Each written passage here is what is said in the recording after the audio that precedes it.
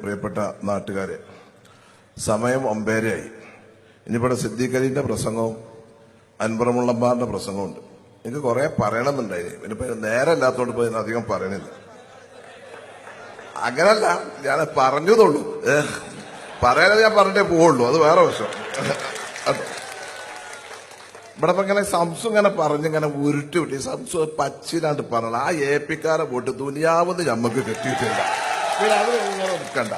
എന്റെ വാപ്പ 987 സീരിയാജി, നിങ്ങൾക്ക് അറിയാം, ഞങ്ങളുടെ പ്രിയങ്കരനായ എന്റെ വന്ദനായ പിതാവ് സീരിയാജി 987 കൊണ്ടോട്ടിയിൽ മത്സരിച്ചിരുന്നു. അന്ന് എല്ലാ പഞ്ചായത്തിലും AP ഒന്നുകാണ്ട് തന്നെയായിരുന്നു സീരിയക്ക് വോട്ട് ചെയ്യാൻ പാടില്ല, വഹാബ് സീരിയക്ക് പാടില്ല. അവിടെ 90% കൊണ്ടോട്ടി മണ്ഡലത്തിൽ സുന്നിയ. സീരിയാജി അന്ന് ആയിക്കോട്ടെ പാട്ട് പാടി 17,000 വോട്ടിനാണ് ജയിച്ചും പോയിന്. അന്ന് തുടങ്ങിക്കണം. പിന്നെ ഇപ്പൊ ഇങ്ങനെ പറഞ്ഞു സംസുരല്ലേ ഉണ്ടായിട്ടുള്ളൂ. എന്നോട് കുഞ്ഞാരി സാഹിബ് ഇലക്ഷന്റെ 4 ദിവസം പറഞ്ഞു, ബഷീറ ശ്രദ്ധിച്ചോ, ആ AP-ക്കാര് അത് സാറിലാറിന്റെയാ, ഏതായാലും കിട്ടില്ലെന്ന് ഉറപ്പാ.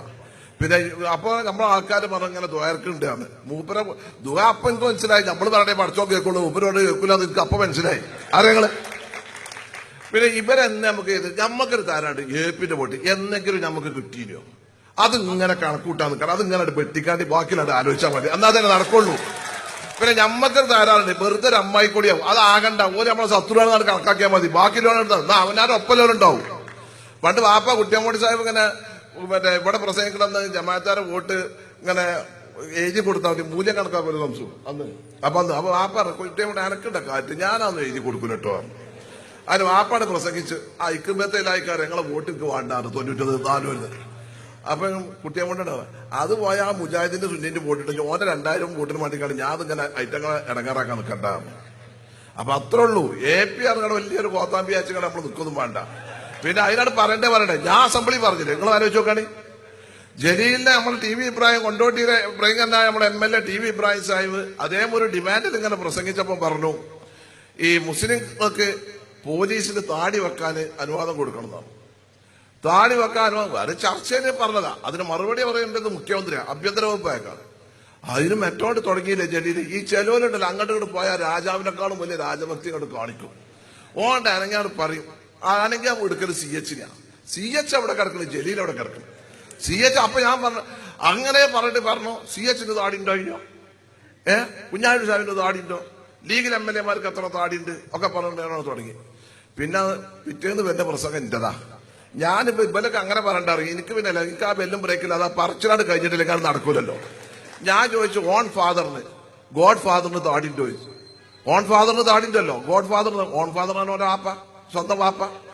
അതിന് എന്നോട് ചോദിച്ചു, ഞാൻ ഓൺ ഫാദർ ഇംഗ്ലീഷ് പറഞ്ഞു. അപ്പോ അതിന് മറ്റൊരു ചോദിച്ചു ആരാണ് ചോദിച്ചു, വാപ്പാണ്. അപ്പോ അതിന്റെ പ്രശ്നം ഞാൻ പറഞ്ഞു ഫാദറിന്റെ മലയാളം വാപ്പ, ഞങ്ങൾ വാപ്പ അറിയും, മറ്റൊരു അച്ഛൻ എന്ന് പറയും, മറ്റൊരു പപ്പ എന്ന് പറയും, ഞാൻ എന്താ കാട്ടണോ ചോദിച്ചു. പിന്നെ ഗോഡ് ഫാദർ നമ്മളെ മറ്റേ AP, വേറെന്താ അയാൾക്കും താടില്ല, വേറെന്താ പറയാനോ ചോദിച്ചു. ഇത് രണ്ട് നമ്മൾ പറയണ്ടേ, പറയാനൊരു കാര്യമുണ്ടോ? അതുകൊണ്ട് എന്താ പിന്നെ നിങ്ങൾ കേട്ടിക്കണം. പിന്നെ ഒരു കുട്ടി അവിടുന്ന് മൂക്കിലെ ചൂളം കണ്ടു വിട്ടിട്ടില്ല. കാരണം നമ്മളെ പറയില്ല. ഇവർക്ക് അനങ്ങി അങ്ങനെ നമ്മളെ കയറി നമ്മളത് മർമ്മത്ത് കയറിക്കാണ്ട് ഇവർക്ക് കൊടുത്തിട്ടില്ല. കാരണം നമ്മളിങ്ങനെ അമ്മായിക്കൂടിയായിട്ട് യാതൊരു കാര്യമല്ല. നിങ്ങളിപ്പോണ്ടല്ലേ ഈ AP-ക്കാരാണ്, നിങ്ങൾ ഈ AP-ക്കാർ പ്രശ്നം ഉണ്ടാവും, ഒന്ന് ഉഷാറായിട്ടൊന്ന് നേരിട്ടാൽ മതി, ഒന്നും ഒരു പ്രശ്നം ഉണ്ടാവില്ല. ഇതെങ്ങനെ നേരിടാക്കൂടെ ഈ പ്രശ്നം? ഇത് ഞാൻ ചോദിക്കട്ടെ, ഈ പ്രശ്നം ഈ അധികാരവും കാര്യങ്ങളും ഉണ്ടെങ്കിൽ മാത്രം നമുക്ക് അധികാരം ഇല്ലെങ്കിൽ നിങ്ങൾ യാതൊരു ബേജാറും വേണ്ട. നമ്മളൊരു 10-18 അവിടെ ഉണ്ട്. പിന്നെ നിങ്ങൾ എന്തിനാ പേടിച്ചിട്ട്? നമ്മളൊരു ശക്തിയല്ലേ. നമ്മള് ന്യായക്കേടൊന്നും ഇല്ലെങ്കിൽ നമ്മളെ കയ്യിൽ ന്യായം ഉണ്ടെങ്കിൽ നമ്മളൊരു കുറേശ്ശിനും പേടിച്ചണ്ട. എല്ലാരും പരശ വരയിലാണ് നിർത്തുക. അസംബ്ലിയിൽ ഞങ്ങൾ പോയിക്കോട്ടെ.